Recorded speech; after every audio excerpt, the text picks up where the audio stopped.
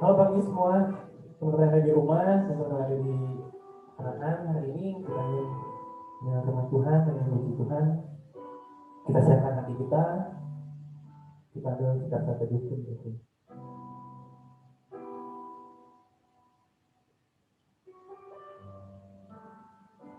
Nah, terasa teman-teman kita udah masuk ke minggu ketiga di tahun 2021, dan kalau misalkan bayangin balik di tahun 2020, pada Tuhan itu memang luar biasa banget buat kita.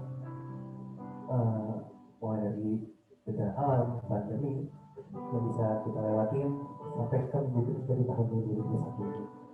Semua hanya dari perkataan Tuhan saja, bersama semua.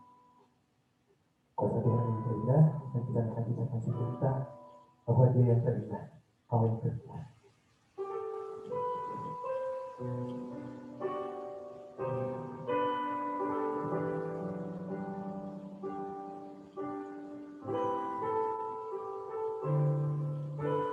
Katakan kau yang terindah.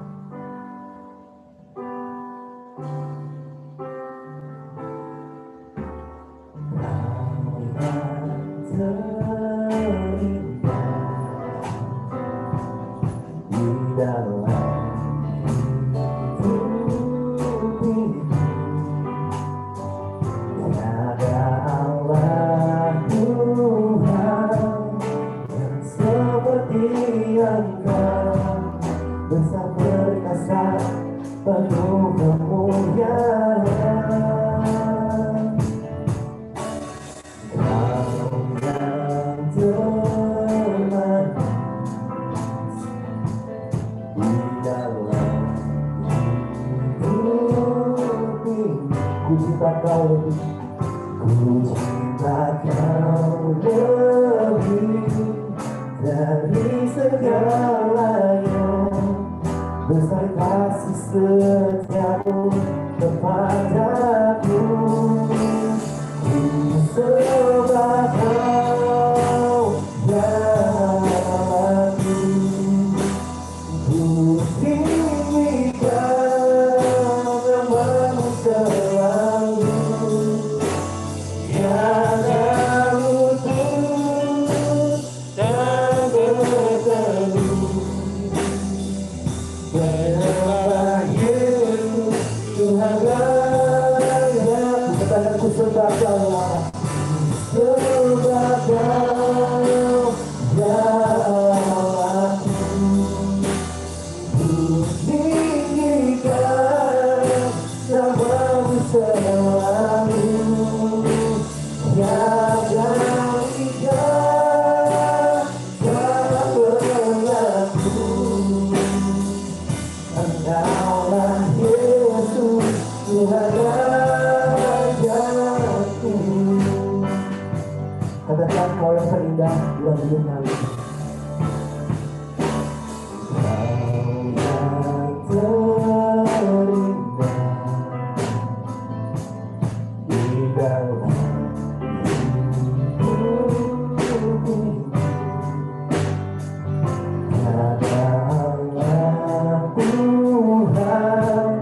Yang seperti Engkau, besar perkasa penuh kemuliaan, Kau yang termanis setiap hidup di dalam hidup ini. Ku cinta Kau, ku cinta Kau lebih dari segalanya, dari segalanya. Besar kasih setiamu kepadaku, ku sembah Kau yang aku, ku tinggikan namamu selalu, yang lutut dan berteduh. Menyembah Yesus, Tuhan Rajaku, ku sembah Kau yang aku, ku tinggikan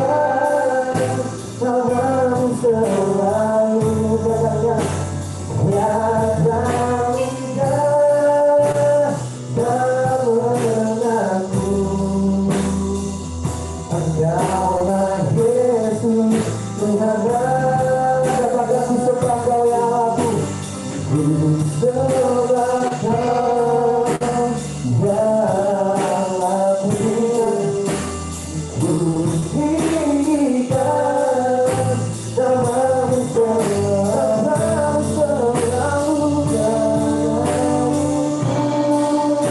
dan berlalu.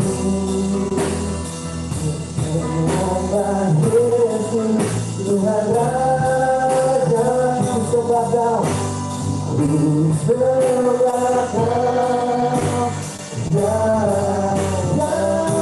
aku tinggikan namamu selalu, dan jauhkan namun Kaulah Yesus, Tuhan Raja, tiada lidah, tiada lidah tak mengaku. Kaulah Yesus, Tuhan Raja. Minta pojok boleh kita dalam doa.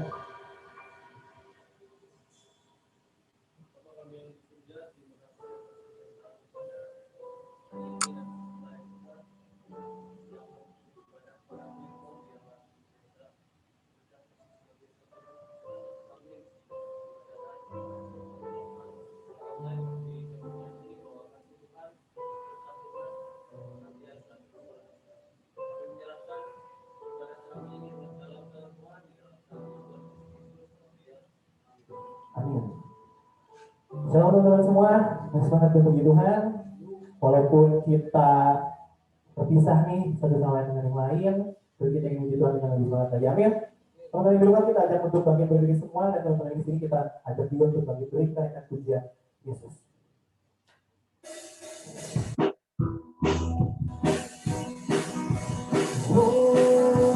Selalu berubah.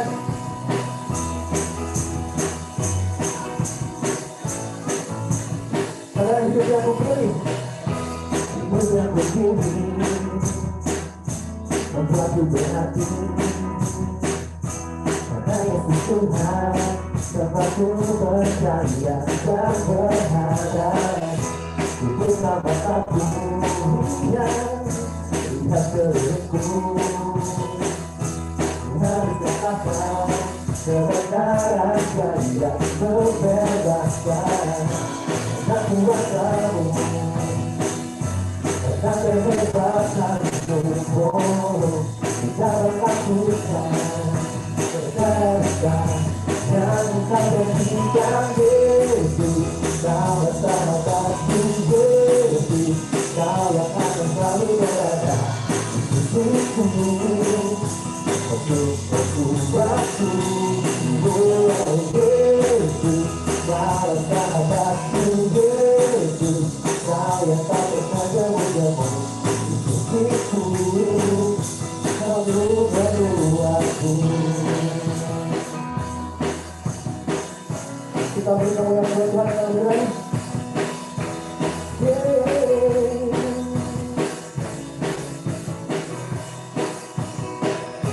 Hidup yang bersih membuatku berarti. Karena Yesus Tuhan, tempatku percaya dan berharap. Ku buka mataku, lihat diriku, katakan kebenaran yang dia membebaskan. Karena kuasamu yang tidak terkuasa. Oh, Kau lakukan perkara besar yang akan berikan Yesus. Kau akan bantu Yesus, Kau yang akan selalu berada di sisiku untuk membuatku. Oh Yesus, Kau akan bantu Yesus, Kau yang tak pernah berhenti di sisiku untuk membuatku.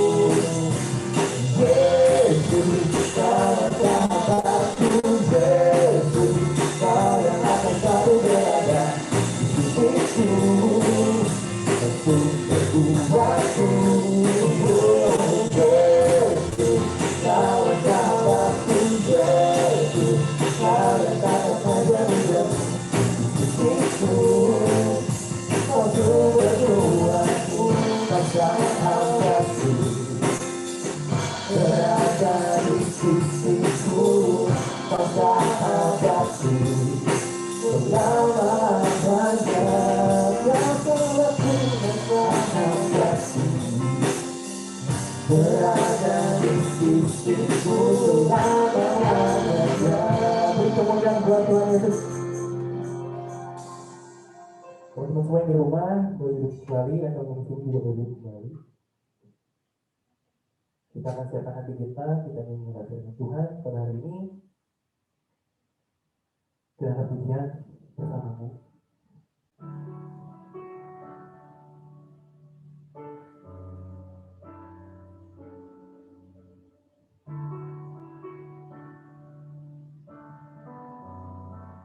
Engkau yang bersamaku.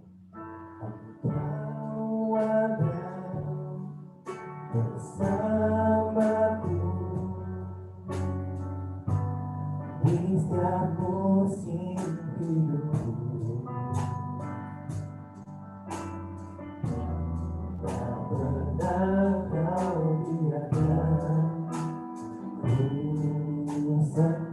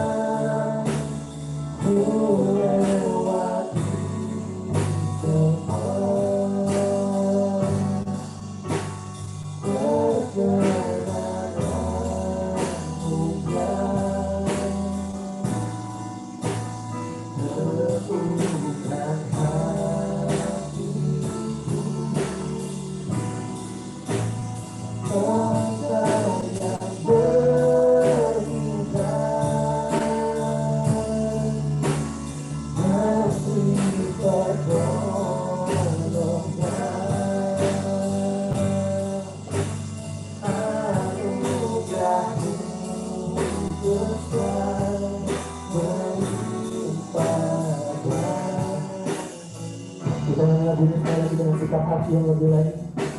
Kita angkat ucapan syukur kita. Kau ada bersama kita. Engkau ada bersamaku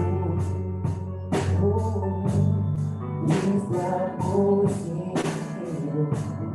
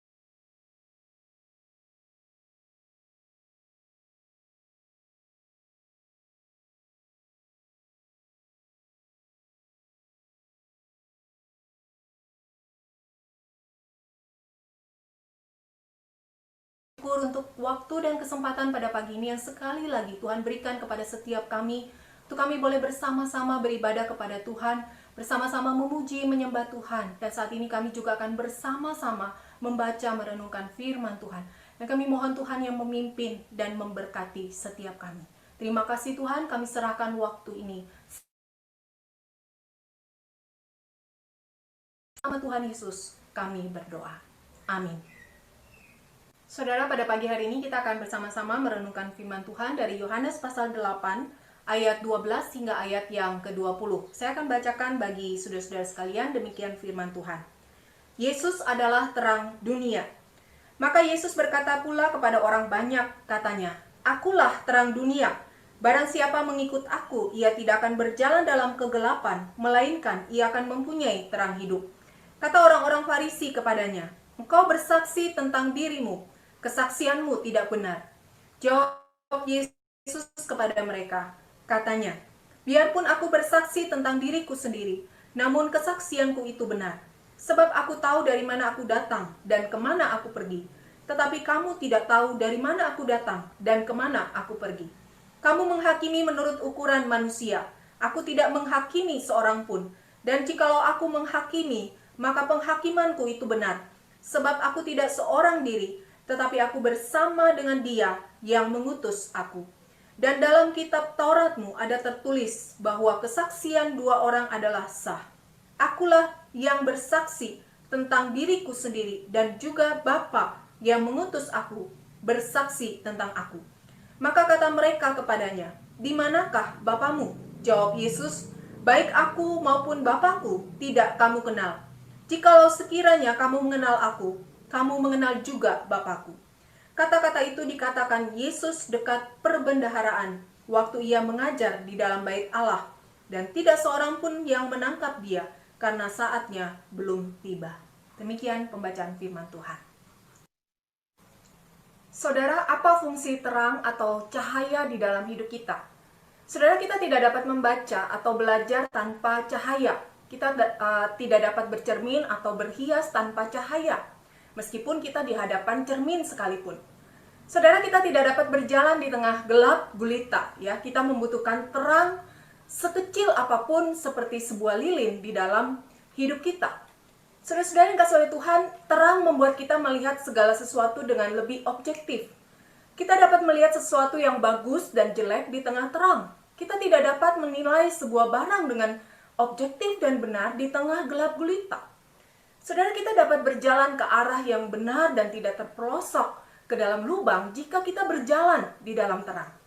Jadi saudara, terang menunjukkan sebuah kebenaran yang objektif.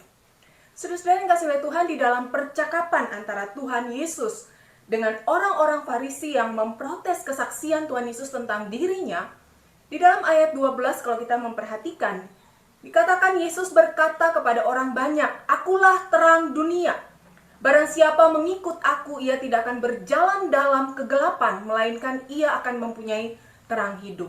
Saudara, dapat kita bayangkan jika ada seseorang yang memberikan kesaksian tentang dirinya sendiri dan kesaksian yang luar biasa positif dan benar, langsung kontan kita akan berkata, "Wih, sombong." Saudara, di dunia timur, definisi kesombongan seringkali diartikan tidak boleh mengatakan kelebihan diri dan kemampuan diri. Jelas ini adalah definisi yang keliru. Saudara, jika definisi ini benar, maka kita boleh mengatakan bahwa omongan Tuhan Yesus adalah omongan yang menyombongkan diri dan bukan sebuah kesaksian. Kesaksian mencoba memberikan sebuah fakta dan kebenaran, saudara. Dan inilah yang dilakukan oleh Tuhan Yesus. Saudara-saudara yang kasih oleh Tuhan, namun orang-orang Farisi segera berkata, "Kamu bersaksi tentang dirimu, kesaksianmu tidak benar." Saudara, kita pun juga seringkali berkata demikian, kan? Itu kamu menilai dirimu sendiri, dasar narsis. Ya. Nah, saudara, apakah Yesus sedang berkata yang narsis? Jelas tidak. Protes dari orang Farisi pun sebenarnya juga tidak logis, saudara. Orang Farisi juga tidak tahu dan tidak dapat memberikan kesaksian dari mana Tuhan Yesus datang, dan mereka tidak dapat memberikan kesaksian bahwa Tuhan Yesus berbohong. Saudara, bayangkan jika kita menanyakan arah jalan kepada beberapa orang. Mana yang kita dengarkan, saudara? Kesaksian orang yang tahu atau orang yang tidak tahu? Saudara, mendengarkan orang yang tidak tahu bisa jadi masalah. Di sisi lain, saudara, mari kita menempatkan diri kita di posisi Tuhan Yesus dan kita memberikan kesaksian tentang diri kita dan dari mana kita berasal. Kita menyebutkan nama kita, alamat kita, gitu ya. Mungkin kita memperkenalkan juga siapa orang tua kita dan apa pekerjaannya. Lalu pendengar kita mengatakan, "Itu kan kesaksianmu sendiri, jadi tidak benar." Saudara-saudara yang kasih oleh Tuhan, apakah kebenaran tidak boleh didasarkan atas kesaksian diri? Saudara, kebenaran yang bersifat objektif tidak butuh kesaksian selain dari dirinya sendiri. Misalkan sebuah meja saya katakan sebagai pensil. Apa yang Anda katakan tentang kesaksian saya? Anda akan bilang, "Ini orang tahu nggak sih?" Ya. Atau kemungkinan kedua, bohong. Ya. Jadi apakah meja menjadi meja karena kesaksian orang lain? Apakah Anda menjadi anak laki-laki atau perempuan oleh karena anggapan dan kesaksian orang lain? Saudara, tentu saja bukan. Ya, Anda dikatakan sebagai anak laki-laki atau perempuan karena bukti fisik objektif di dalam diri Anda.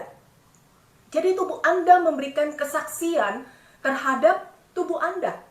Tetapi apa yang dipikirkan orang Farisi, saudara, bukanlah masalah logis dan tidak logis. Yang mereka pikirkan adalah yang penting Yesus memberikan kesaksian yang tidak dapat dipercayai. Yang penting Yesus keliru. Saudara, orang-orang Farisi hanya mau mendengar apa yang mereka ingin dengar dan bukannya mencari sebuah kebenaran. Saudara, terlepas dari hal tersebut, sebenarnya Tuhan Yesus telah memenuhi tuntutan yang diminta oleh orang-orang Farisi tentang keabsahan kesaksiannya. Orang Farisi menuntut kesaksian harus diberikan oleh pihak lain, maka Tuhan Yesus memberikan dan mengajukan pihak lain untuk menegaskan kesaksiannya, yaitu Bapanya. Namun sekali lagi, saudara, hal ini pun tidak diterima oleh orang Farisi dan mengatakan, "Di mana Bapamu?" Saudara, jika Allah Bapa dihadirkan oleh Tuhan Yesus di hadapan orang Farisi, apakah orang Farisi akan langsung percaya? Saudara, orang Farisi tetap saja akan bertanya, benarkah Anda Bapa Yesus? Dari mana kita tahu bahwa Anda adalah Bapa Tuhan Yesus? Saudara, hasilnya sama saja. Pertanyaannya mengapa? Bagaimana mungkin seseorang yang tidak tahu dan tidak mengenal dapat memberikan penghakiman dan penilaian? Saudara-saudara yang kasih oleh Tuhan, inilah kegagalan dan kegelapan hati dan pikiran orang-orang Farisi. Mereka tidak mengenal baik Bapa maupun Anak, tetapi mencoba meletakkan diri sebagai hakim yang menghakimi. Saudara-saudara, Tuhan Yesus sebenarnya tidak mempermasalahkan orang Farisi yang mencoba menghakimi, tetapi yang dipermasalahkan adalah bahwa orang Farisi hanya mampu mengukur dan menghakimi menurut ukuran manusia, menurut kemampuan dan kelemahan manusia.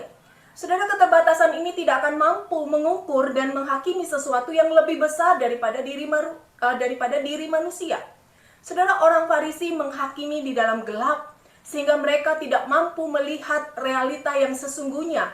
Bahkan meskipun Tuhan Yesus telah memenuhi tuntutan orang Farisi untuk menilai dan mempercayai Tuhan Yesus. Saudara, kegagalan justru terletak di dalam diri orang Farisi yang karena keterbatasan mereka dan kegelapan di hati mereka tidak mampu menilai dan melihat kebenaran. Saudara-saudara, sekelompok orang Farisi yang terkenal ahli di dalam pemahaman Taurat tidak mampu mengenali dan memahami kesaksian yang juga dinyatakan di dalam Taurat mereka.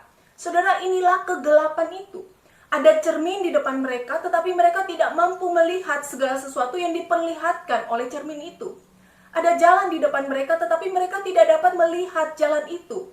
Ada kebenaran di hadapan mereka, namun mereka tidak mampu melihat dan mengenali kebenaran itu. Pertanyaannya, mengapa? Saudara, inilah kondisi orang yang hidup di dalam gelap. Sungguh kasihan, sungguh ironis.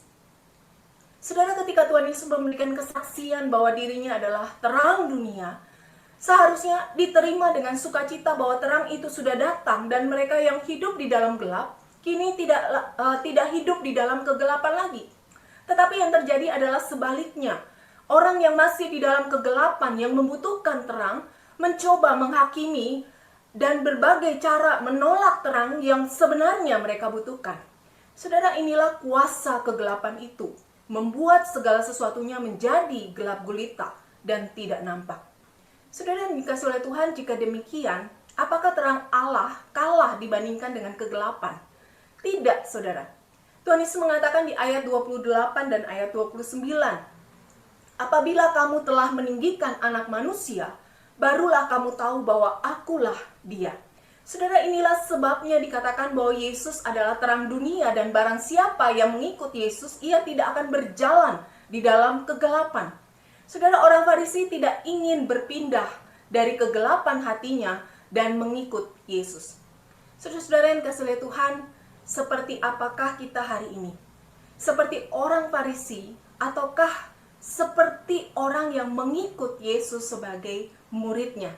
Saudara, jika kita mengatakan bahwa kita adalah muridnya, pertanyaannya, apakah kita hidup seperti seorang murid Kristus dan bukan seperti orang Farisi? Dan pertanyaan selanjutnya adalah, apakah efek dan ciri orang yang hidup di dalam terang dunia yang hidup itu? Saudara, ciri pertama orang yang hidup di dalam terang dunia yang hidup adalah terang membawa kepada persekutuan dengan Allah. Saudara, Rasul Yohanes memberikan sebuah perbandingan antara hidup di dalam kegelapan dengan hidup di dalam persekutuan dengan Allah yang adalah terang. Ya, kita bisa baca di dalam 1 Yohanes 1 ayat 6. Saudara, seseorang yang hidup bersekutu dengan Allah yang adalah terang tidak akan hidup di dalam kegelapan.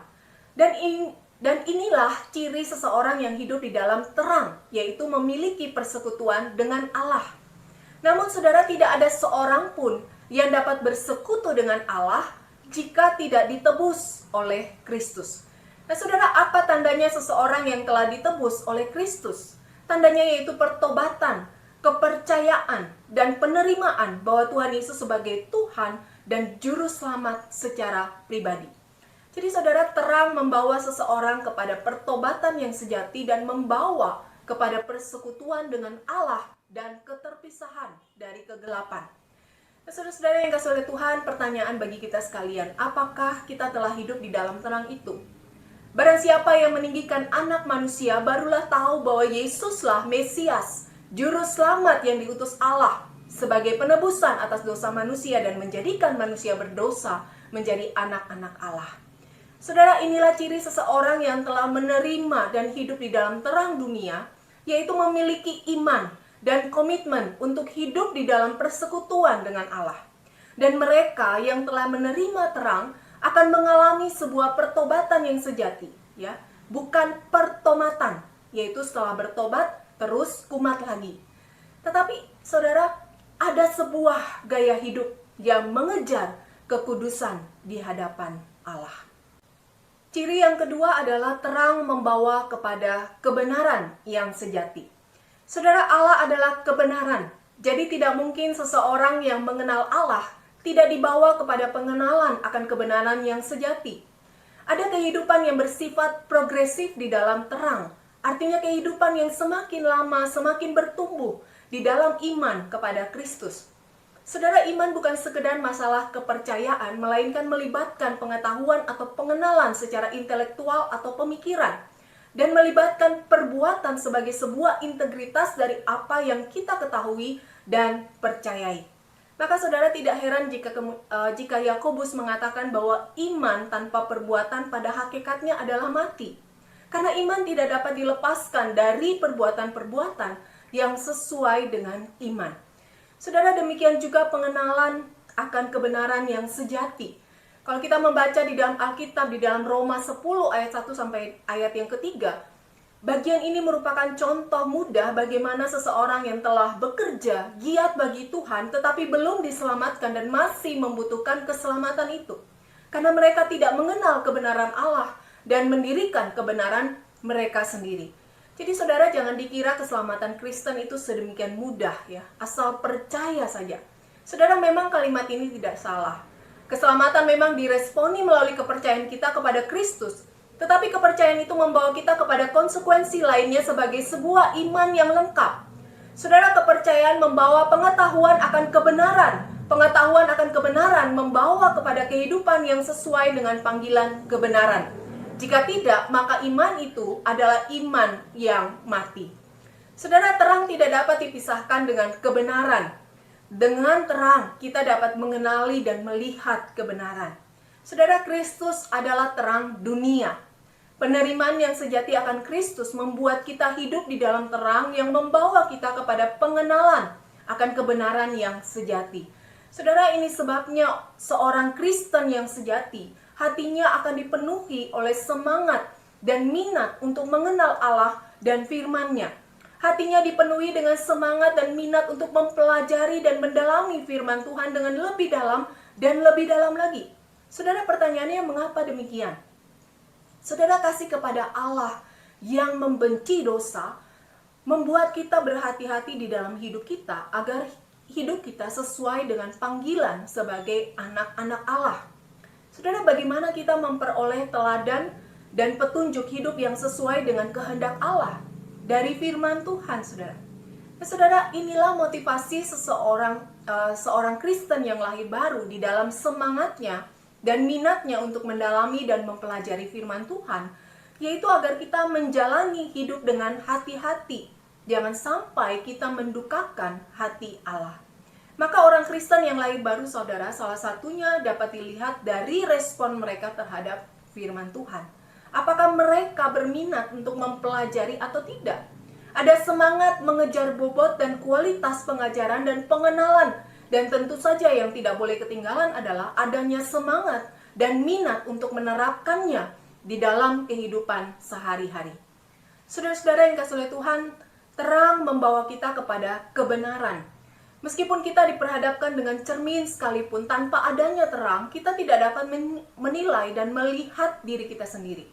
Saudara, secara analogi, Alkitab adalah cermin itu dan Kristus adalah terangnya. Di dalam Kristus kita dapat melihat kebenaran yang terpancar dan tergambar di dalam cermin itu. Kita dapat melihat segala kekurangan dan dosa-dosa kita.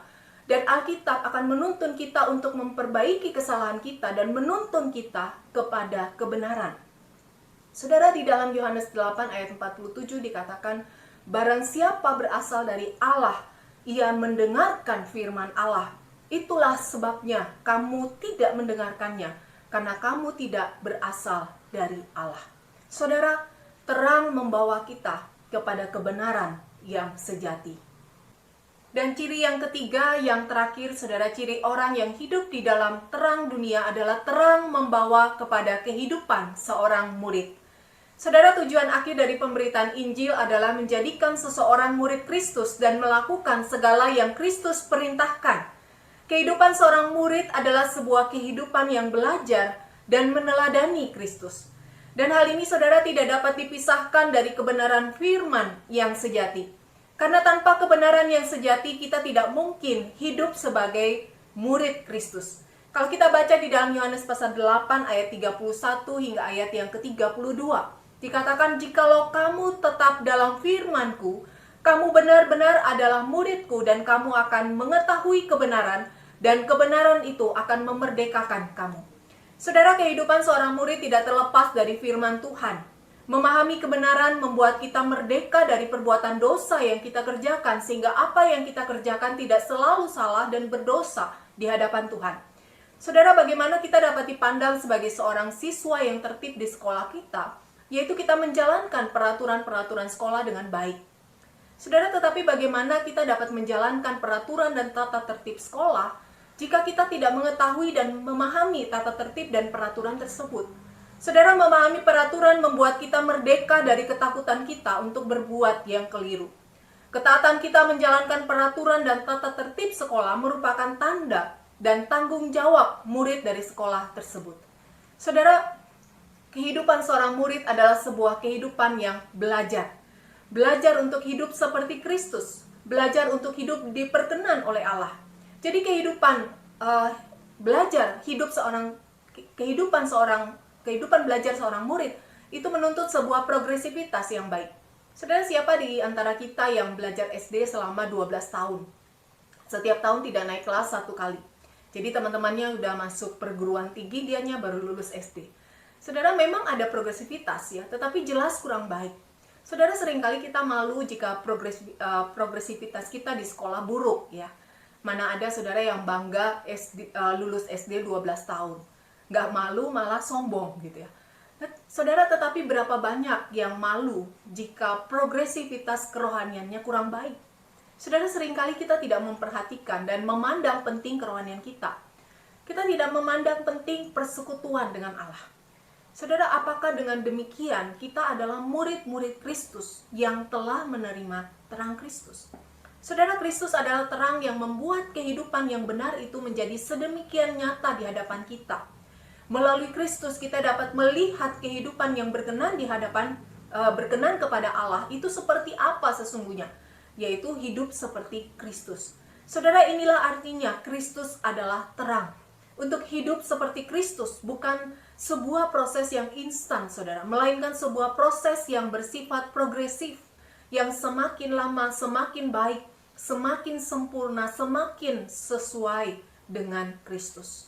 Saudara-saudara yang dikasihi oleh Tuhan, kita adalah anak-anak terang, yaitu terang Kristus. Marilah kita hidup selayaknya seseorang yang telah melihat kebenaran di dalam terang tersebut. Hidup seperti seseorang yang mau berdandan dan telah melihat cermin. Hidup seperti seseorang yang mau berjalan dan telah melihat jalan kebenaran itu. Tinggal kita membenahi diri, tinggal kita melangkah di dalam jalan kebenaran itu. Saudara, ketika kita melakukannya, membenahi diri kita untuk menjadi semakin berkenan di hadapan Allah dan menjalani kehidupan yang nyata di dalam firman Tuhan, barulah kita dapat dikatakan hidup di dalam dan meneladani sang terang dunia, yaitu Kristus. Tuhan memberkati kita semua. Amin. Mari kita berdoa. Tuhan, terima kasih untuk kebenaran firman-Mu. Kami boleh memahami bahwa kami adalah anak-anak terang, yaitu terang Kristus. Dan biarlah kami senantiasa hidup di dalam Kristus, sang terang dunia itu. Dan Tuhan, kami mohon Tuhan tuntun kehidupan kami, agar kami senantiasa hidup berkenan di hadapan Allah, dan hidup meneladani Kristus di dalam kehidupan kami. Terima kasih Tuhan, terima kasih. Kami serahkan seluruh kehidupan kami masing-masing sepenuhnya ke dalam tangan kasih dan pimpinan-Mu. Di dalam nama Tuhan Yesus kami berdoa. Amin.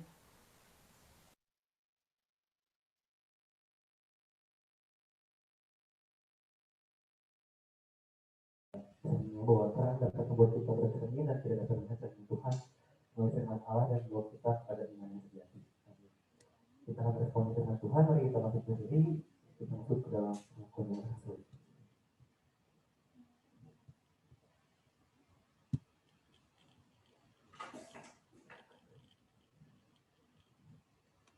Bersama dengan saudara gereja, dapat kita mengakui pengakuan iman rasul. Aku percaya kepada Allah, Bapa yang Maha Kuasa, langit dan bumi, dan kepada Yesus Kristus, Anaknya, Tunggal Tuhan kita, yang dikandung dari Roh Kudus, lahir dari anak darah Maria, yang berkat sengsara di bawah pemerintahan Pontius Pilatus, disalibkan, mati dan dikuburkan, turun ke dalam kerajaan maut. Pada hari ketiga, bangkit keluar dari antara mati, naik ke surga, duduk di sebelah kanan Allah, Bapa yang Maha Kuasa. Dan dari sana ia akan datang untuk mengampuni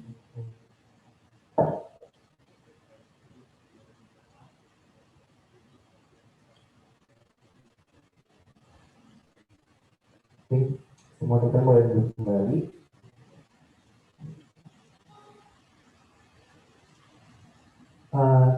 Buat persembahan, nah di sini teman-teman bisa memberikan persembahan, membawakan amplop kalau misalkan teman-teman bersedia melakukannya ke gereja secara langsung, atau bisa melalui nomor rekening dari BCA yang terlampir di depannya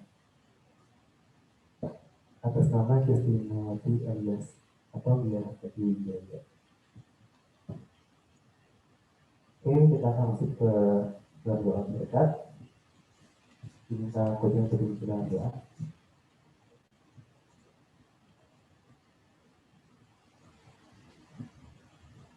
Mari kita berdoa. Bapa kami dalam surga, kami bersyukur, berterima kasih kalau Tuhan berikan kesempatan hari ini kami boleh sekali lagi beribadah dan juga melayani. Biarlah Tuhan yang kiranya boleh memberkati setiap kami, baik kami yang ada di gereja maupun kami yang ada di rumah. Kami bersyukur, berterima kasih untuk kesempatan kami boleh terus bertumbuh dalam iman rohani kepada Tuhan. Terima kasih Bapak, kami menyerahkan waktu di depan kami, biarlah Tuhan yang kiranya boleh memberkati setiap kami.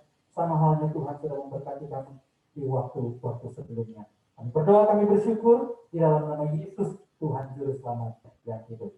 Amin.